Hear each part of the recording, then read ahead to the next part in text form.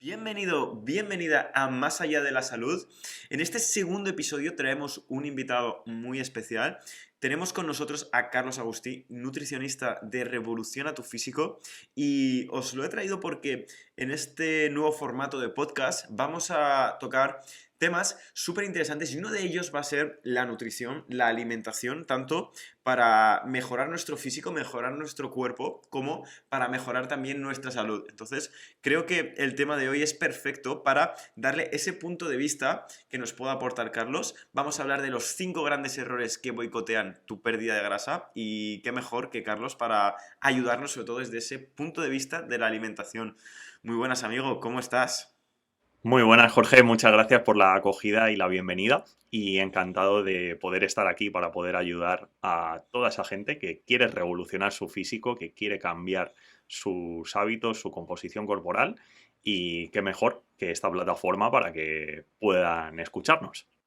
La verdad que tenía muchísimas ganas de retomar el podcast y creo que este nuevo formato con invitados de lujo como puede ser Carlos, que para un poco los que sea la primera vez que lo conocéis, Carlos se encarga de todos los programas de nutrición, no solo de Revoluciona tu Físico, sino también en otros centros a nivel presencial aquí en Alicante.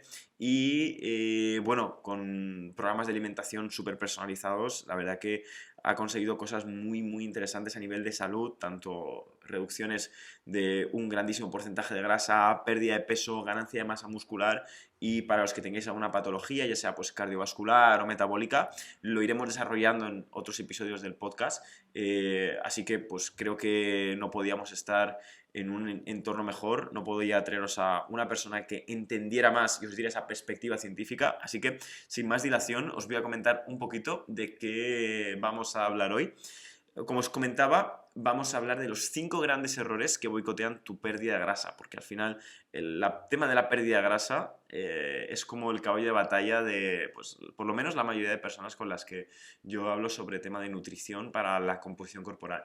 Entonces, esos 5 grandes errores, os voy a decir solo los dos primeros, para que ya pues entréis un poquito en materia, pero sobre todo los dos últimos errores creo que os van a volar un poco la cabeza porque son cosas totalmente diferentes a lo que solemos estar acostumbrados, ¿no? Errores que yo pues cometí hace años, luego pues con el tiempo afortunadamente ya aprendí cómo se hacían las cosas, pero el primero que vamos a ver es cómo el hecho de querer perder esa grasa o ese peso también va a ser extrapolable de manera demasiado rápida, sin duda puede jugar en nuestra contra. Y el segundo error es querer comer demasiado poco, es decir, el típico fin de semana, ¿no? Que nos pasamos y luego nos queremos reprimir entre semana o necesito perder un montón de kilos rápido.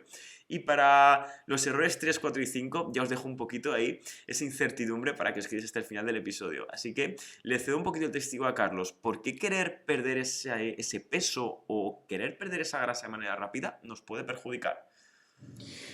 Pues como bien comentabas, ¿no, Jorge? Ese punto de querer perder tu masa grasa de manera muy rápida, finalmente va a ser un punto que va a perjudicar y puede jugar en nuestra contra. ¿Por qué?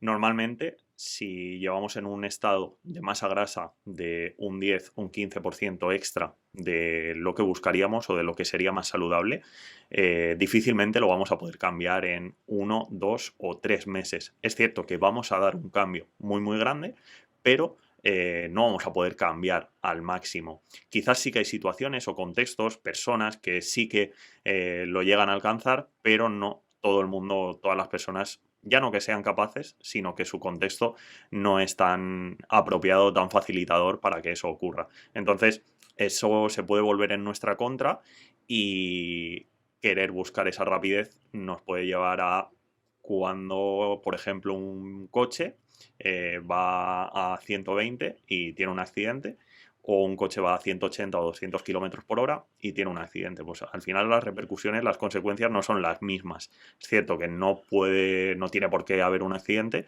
pero en este caso, pues si lo hay, lo más probable es que la persona que va a más velocidad, la consecuencia sea peor. Entonces, en el caso de la pérdida de grasa, si no tengo unos hábitos, si no tengo una costumbre, si no tengo el nivel de actividad física tan elevado, pues quizás me pueda perjudicar. Entonces, siempre con esa parte de cubrir los tiempos, ir paso a paso y que de esa forma vayamos integrándolo en nuestra vida, en nuestro día a día.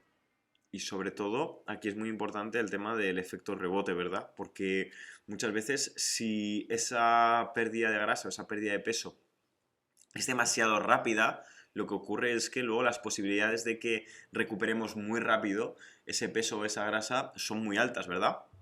Correcto, correcto. Y esto está muy relacionado con el segundo punto de comer muy poco y con algún otro que vamos a dejar ahí algún punto en los otros, en los 3 puntos más, en los 4 puntos más, pero sobre todo, a veces el dejar de lado la parte de la fuerza, el dejar de lado la parte del peso muscular, etcétera, nos puede perjudicar y eso va a ser como el mantener un poco a raya o en equilibrio el porcentaje de grasa. Ujú. Genial. Sí, iremos poco a poco entrando en materia y al final, además, hemos comentado eso de que querer perder peso o grasa de manera muy rápida nos puede perjudicar, pero como tú ya has adelantado, querer perder ese peso, esa grasa a través de una restricción muy amplia también nos puede perjudicar, ¿no? ¿Por qué? Correcto, porque sería el segundo punto. Me introduzco ya en ese punto, ¿vale? Que es el de comer muy poco. Cuando estamos ingiriendo unas calorías muy, muy bajitas a las que deberíamos de plantear como déficit calórico por parte de la alimentación y me puede llevar a varios puntos. Uno, voy a perder seguramente el peso demasiado rápido, no tiene por qué ser solamente grasa, puede ser masa muscular, relacionado a lo que comentabas. Y sobre todo, otro de los puntos sería el de que en 4, 5, 6 semanas pudiese haber una lesión, pudiese haber una fatiga, pudiese haber un estado de ánimo algo bajito y que eso al final es una pequeña pelota, una pequeña bola que cada vez se puede ir haciendo más grande. Generar más ansiedad, generar más estrés, no descansar bien, etcétera, y no disfrutar de ese proceso, lo cual siempre defendemos en Revolución a tu Físico, que es disfrutar de los procesos, disfrutar de ese camino que queremos recorrer. Ujú. Claro, al final aquí, bueno, corrígeme tú si me equivoco, lo ideal sería que comamos menos, obviamente, de lo que, o sea, que comer menos calorías de las que necesitamos, pero quizá muy poco, ¿no? O sea, es decir, si yo, por ejemplo, necesito 3.000 calorías para realizar mi actividad física, pues a lo mejor no comer 1.500, sino comer pues quizá 2.500, ¿no? Que esas calorías de menos que como para perder peso o perder grasa, pues no sea muy acusado ese déficit y eso pues nos puede beneficiar bastante, ¿verdad? Correcto, eso es. Como bien comentabas, un ejemplo, ¿no? El de las 3.000 calorías. En este caso, si me voy a esas 1.500 de diferencia, estamos hablando de un 50% y es una diferencia muy, muy grande, la mitad. Y aquí lo más recomendable es buscar un déficit que sea sostenible en la parte de la alimentación, quizás en torno a un 8 o 10%, casos a lo mejor más extremos en torno a un 12 o 15, que ya sería un valor bastante elevado, pero esto también condiciona mucho con el nivel de actividad. Si en mi día a día paso mucho tiempo sentado, pues también va a ser un condicionante. Si no me muevo mucho, no voy a los sitios a lo mejor caminando o mi entrenamiento no es lo suficientemente, ya no en intensidad, sino en volumen semanal, pues también va a ser un hándicap, un factor limitante a la hora de poder ingerir más, menos o tener una restricción u otra. Entonces, como les digo a muchos de mis pacientes, preferimos comer mucho menos y que eso tenga una repercusión en la salud o en el estancamiento o no mejorar, o movernos un poquito más y quizás comer un poquito más también. Esa parte siempre vista desde ese punto. Sí, sin duda, ya sabes que yo aplico siempre el moverme más. Correcto. Comer de menos no me llevo muy bien con ello, pero quizá aquellas personas que buscan restringirse muy rápido está muy relacionado con el tercer error, ¿no? Que es el tema de la autoexigencia. Entonces, ¿por qué muchas veces queremos pasar de 0 a 100? ¿Por qué yo también en ciertos aspectos también es cierto que me exijo muchísimo, pero cuando queremos hacer las cosas al final de manera tan perfecta y nos ponemos como a tope con una cosa, incluso llegando a la obsesión, eso no es sostenible, eso a la larga va a salir y va como a explotar por algún lado, ¿no? Entonces, esta autoexigencia podemos considerar un error, lo hemos puesto como tercer gran error y creo, y ahora Carlos nos lo confirmará, pero si quieres conseguir esa pérdida de grasa o de peso, es mejor que seas imperfecto durante mucho tiempo que perfecto durante un periodo breve de tiempo, ¿verdad? Correcto, correcto. Hay que ser exigentes, hay que ser autoexigentes, pero con un porcentaje sostenible. Como bien has dicho, ¿no? Esa parte más imperfecta, ya no por dejadez o ya no por pasar del tema o no prestarle la suficiente atención, sí que en la parte de que sea sostenible. Muchas veces hay infinidad de personas, de pacientes que lo ven como una fecha en la que algo va a acabar en cuestión de alimentación, en cuestión de composición corporal, en cuestión de salud. Esto al final la fecha de caducidad sabemos cuál es. Entonces no podemos decir, bueno, es que hasta junio, hasta julio, hasta agosto quiero estar de esta forma. Quizás si es un objetivo muy específico, sí, puede ser interesante, pero no para objetivos en los que quiero mantenerlos el resto de mi vida y que cuando alguien busca perder grasa, no creo que busque perder grasa para un momento puntual y luego retornar al valor anterior, sino poder mantenerlo a largo plazo, en el largo tiempo y que de ese modo sea algo que pueda integrar en mis hábitos, en mi adherencia, en mi vida del día a día. Sí, yo creo que esa adherencia, esos hábitos son imprescindibles, tanto como para conseguir el éxito como para evitar el efecto rebote. Bueno, vamos a pasar a los dos últimos puntos, creo que son un poco los dos que más pueden chocar. Antes, simplemente comentaros que si os está gustando este podcast, nos viene genial que le deis 5 estrellas, si nos veis desde Spotify, si nos escucháis desde Spotify.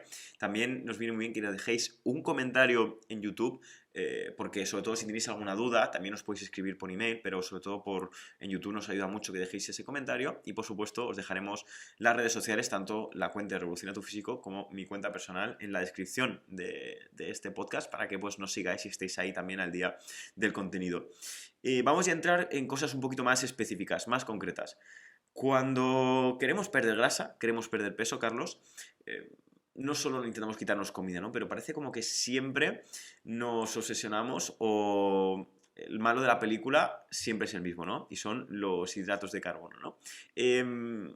Ya corriges tú un poquito, ¿sabes? Como siempre, si meto alguna gamba en tema de nutrición, pero creo que no es que los carbohidratos sean los malos de la película, es cierto que quizás cierto tipo de carbohidrato no tan recomendable, ¿no?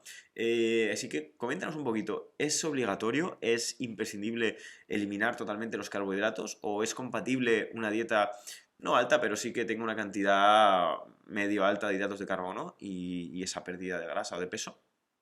Correcto, como bien has comentado, ¿no? Esa fobia a los hidratos de carbono o carbohidratos, que también se les conoce de ese modo, parecen el demonio sobre ruedas, entre comillas, y esto es algo que se ha visto de manera frecuente, se han utilizado estrategias de reducir esa parte de hidratos de carbono al máximo o a niveles muy, muy altos, y realmente no es tan sostenible.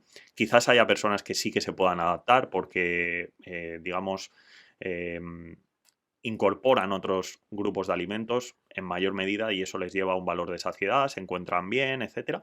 Pero es cierto que para aquellas personas que lo tienen muy integrado, que están muy acostumbrados a consumir este tipo de alimentos, quizás sea un grupo que reducirlos al máximo no sea sostenible, no sea algo que pueda llevar a largo plazo. Como bien comentabas, ¿no? En función del tipo de carbohidrato, de hidrato de carbono, va a ser uno de los puntos a tener en cuenta. Y otro muy interesante es el de la cantidad, ¿no?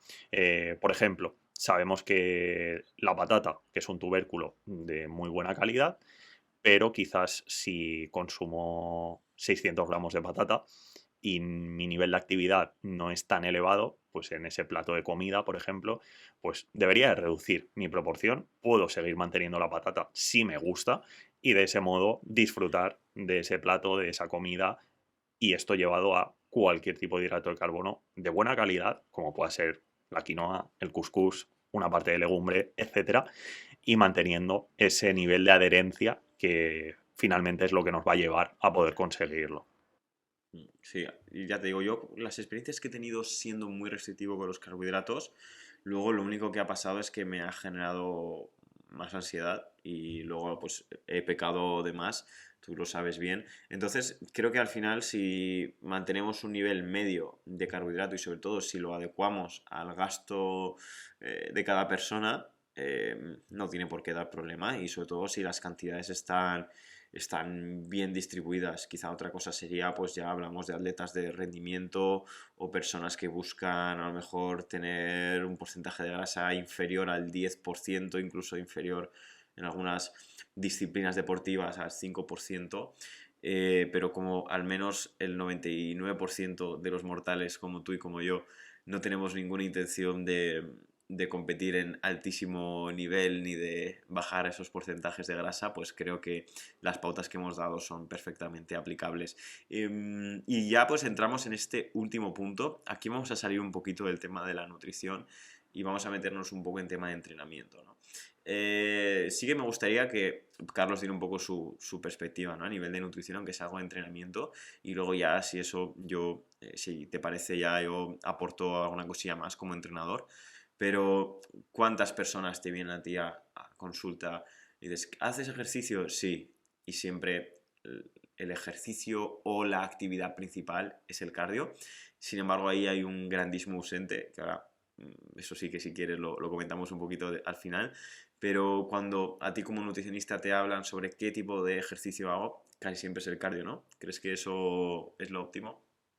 100% siempre pasa, ¿no? Y creo que el 80, 85, 90% de los pacientes o personas que me puedan preguntar comentan, ¿no? Que lo primero que tienen que hacer es un ejercicio cardiovascular, ya sea en cinta, en elíptica, en bicicleta estática, etcétera, etcétera, o correr simplemente.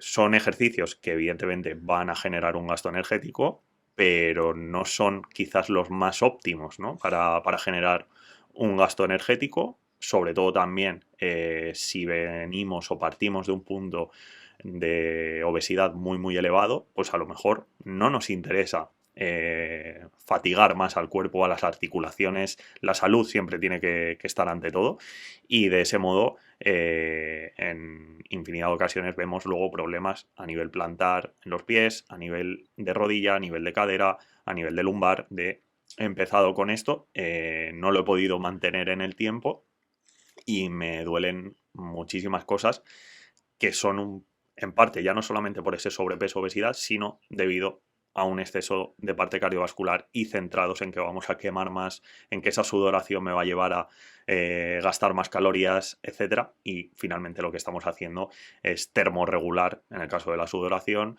o en el caso de sentirnos como que hemos gastado más.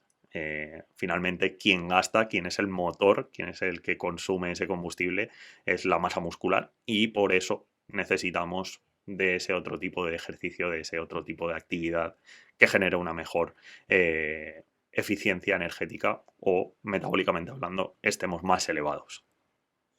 Y ahí sin duda entra el gran protagonista de este error, que es el entrenamiento de fuerza.